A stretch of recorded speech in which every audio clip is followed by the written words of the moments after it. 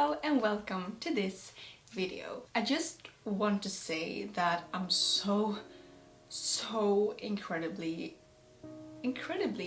grateful for all the support and all the views and all the comments on my latest video. That's not my latest video, but the get dressed in the 14th 15th century video. I wasn't ready for that. This is a little strange in-between video where I thought that I could answering some common questions that I get, and especially questions that I got from, you know, answering your common questions that I very often get, and also questions and comments that I found on that video. So I have my little cup of coffee and I have my phone here where I have all your comments and questions. So I could start by introducing myself. My name is Elin Abrahamsson and I live in Sweden, not Germany, not Finland, not Norway and not Denmark. For some reason many of you think that. No, I'm living in Stockholm, Sweden, and I have a little... Do you want to come? I have a little hairy cat named Svea, and I have 4 chickens and a family. I love to sew, I love theater, I love music, I love creating videos and history, so that's basically what I do and who I am. One of the most common questions I get is what camera I use. I'm using, and I'm now recording on it, a Panasonic Lumix GH5 with different types of lenses, and I'm editing in Premiere Pro, and my music is coming from different places, sometimes Epidemic Sound and sometimes private musicians. How do you research for this stuff? Are there books or certain websites? I think that I use Facebook a lot, very much. I am in several groups on Facebook where I ask very much questions. The good thing about Facebook is that you really can come and reach out to experts very easily. I use Pinterest a lot for collecting different types of manuscripts and pictures from the time. Sometimes I use books, sometimes I use websites and blogs, but I'm trying to keep my sources as primarily as possible. How warm are these clothes? For some reason many of you think that they are very hot. And yes, wool can be hot, but it doesn't need to be. We have this misconception today that wool is very scratchy and hot and uncomfortable, but it doesn't need to be, because wool is isolating. It will isolate you from warmth, and it would also keep you warm if it's cold outside, because that is how the fibers work. When people are asking me this, I know that they, in their mind, thinks of linen. We want today to use linen because it's cheaper and it has a good reputation. But linen isn't as easy to plant dye as wool, and it will not hold up the color that well. And when you look into pictures and manuscripts from historical periods, isn't colored clothing very common? So yes, wool was used because it's a comfortable material, it's a good and practical material, and it will hold up color very well, and it's a dream to work with. The last one is just my personal thought, but I just love wool. Will you be able to make a tutorial on just hairstyles? I really want to wear the working woman's hairstyle. Yes, I will. I don't think the shifts and undergarments were short. I think they were roughly the same length, ankle length, as the outer kirtles. Have you been wearing a linen shift under a wool kirtle? Because if you have probably learned that linen is not that comfortable when it's getting wet. So you don't want linen next to the ground because it will just cool you down so much. And also, if you're making a garment, the place where it will eat the most material is around the legs. So if you can make it shorter, which you can with shifts, you will do that because it's very material saving. And materials weren't cheap. Hey Elin, I'm interested in the supportive shifts. Could you share your info on that? I would love to find out how to support my breasts. I wonder what medieval women did. I've actually got quite a lot of comments that have been similar to these.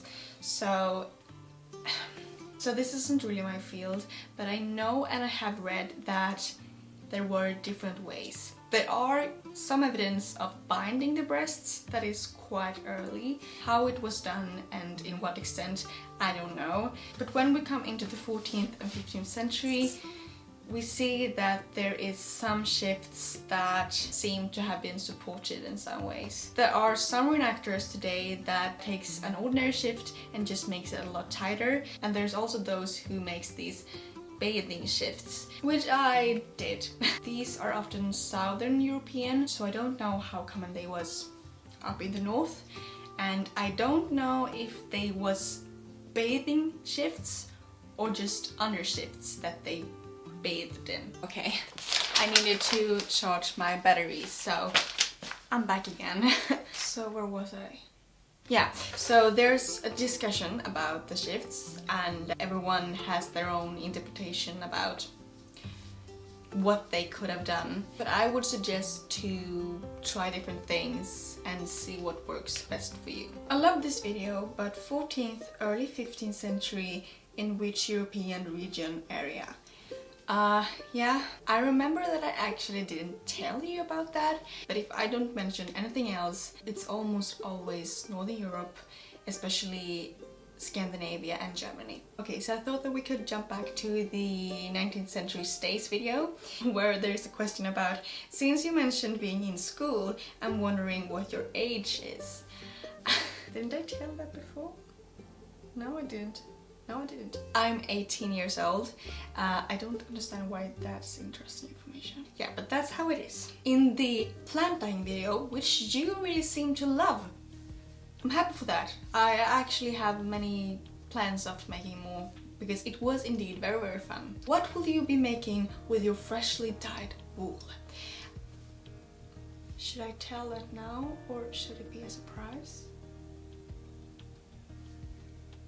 Yeah, but I can at least tell you that it's probably going to be something from the 17th century or 18th century. The skirt you're wearing is absolutely amazing. Where is it from?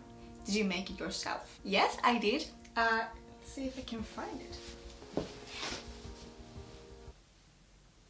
What happened there? Here it is. Wow. I've really been wearing this a lot, so it's quite tired right now. I think I made a lot of stories about that on Instagram. It's made out of wool from the 50s. I bought a fabric at a secondhand store. It's easily one of my favorite everyday pieces to wear. In my running 4 kilometers in stays video, there are a lot of questions about which pattern I used. I don't even remember that myself. I think it was, I don't know how to spell it. Nehelia? I bought it from their website, and it's their half bone stays, I think. I can link it in the description. Okay, so the yellow kirtle video. Here are a lot of questions, but I will not take every single one. That would be taking hours and hours. But people are wondering about the fabric, which is totally understandable.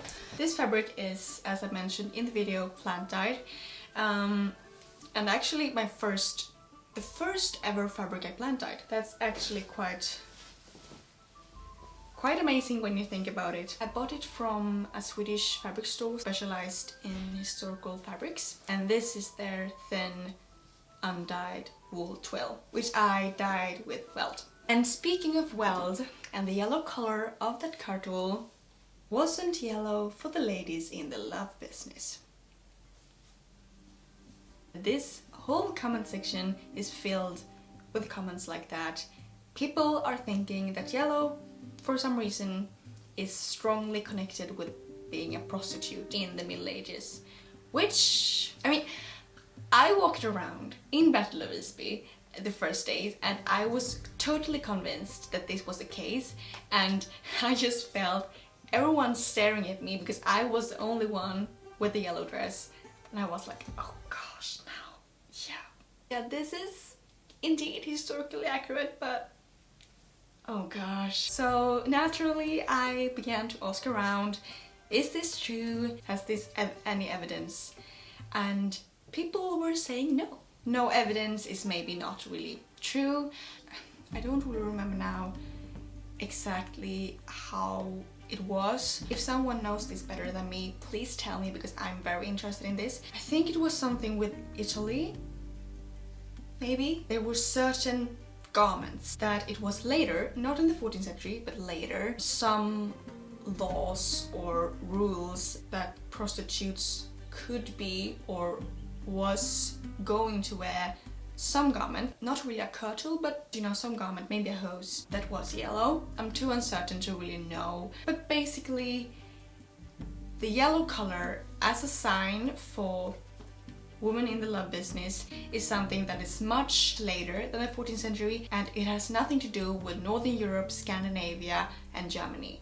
So if you want to dress in yellow, feel free to do that. And I also want to tell people that are saying this that why take such a common, easily achieved color as yellow? Because in the plant dyeing world, yellow is one of the most easy colors to achieve. I mean, you can achieve yellow from most plants. Most things you find in nature will give you some type of color in yellow spectrum. So why would they take such a color and only making it into something that prostitutes wore? That's just unwise. Okay, let's go to the last video. Not the last video, but the last video I will take questions from. Tixon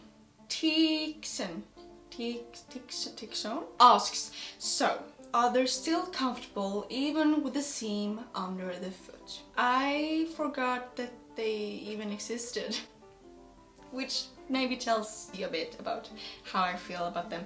They work very, very well, and I never feel them, which maybe has something to do with my feet.